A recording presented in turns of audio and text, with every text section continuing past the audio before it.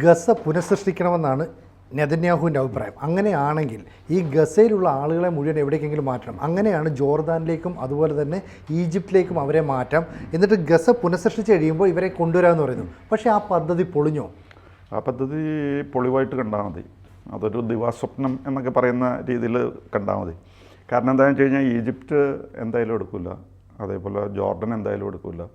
അത് അവരുടെ പാസ്റ്റ് എക്സ്പീരിയൻസിൻ്റെ വെളിച്ചത്തിലാണ്. അപ്പോൾ ഈ സംഭവം ആരംഭിച്ചപ്പോൾ തന്നെ എല്ലാവരുടെയും കണ്ണുകൾ ഫോക്കസ് ചെയ്ത് ഈജിപ്റ്റിനെയാണ്. തൊട്ടടുത്ത് ഈജിപ്റ്റുണ്ട്, ഈജിപ്തിൽ എന്തെങ്കിലുമൊക്കെ ചെയ്തോളും, രക്ഷിച്ചോളും, സ്വീകരിച്ചോളും എന്നൊക്കെയാണ് വിചാരിച്ചത്. പക്ഷേ ഈജിപ്റ്റ് ഒരു അക്ഷരം പോലും മിണ്ടിയില്ല. വാക്കുകളൊന്നും ഉണ്ടായിരുന്നില്ല, പ്രവൃത്തി മാത്രമേ ഉണ്ടായിരുന്നുള്ളൂ. ആകെ ഒരു പ്രവൃത്തി ഉണ്ടായിരുന്നുള്ളൂ. അത് നോക്കിയിരിക്കുന്നതിനിടയിൽ ഈ മതിലിൻ്റെ പൊക്കം കൂടി വരികയായിരുന്നു. അപ്പോൾ അവരോട് ചിലരൊക്കെ ചോദിച്ചു, പണ്ട് നിങ്ങൾ സ്വീകരിച്ചായിരുന്നല്ലോ അവരെ, എങ്കിൽ ഒന്നും കൂടി നോക്കിക്കൂടെ എന്ന് ചോദിച്ചു കഴിഞ്ഞപ്പോൾ അവർ പറഞ്ഞത്, പണ്ട് ഞങ്ങൾ സ്വീകരിച്ചിട്ടുണ്ട്, അതിൻ്റെ അനുഭവം ഉള്ളതുകൊണ്ടാണ് ഇപ്പോൾ സ്വീകരിക്കാത്തതെന്ന് പറഞ്ഞു. കൂടുതൽ വാർത്തകളും വിശേഷങ്ങളും നിങ്ങളിലേക്ക് എത്താൻ ABC മലയാളം സബ്സ്ക്രൈബ് ചെയ്യുക, ബെൽ ബട്ടണും അമർത്തുക.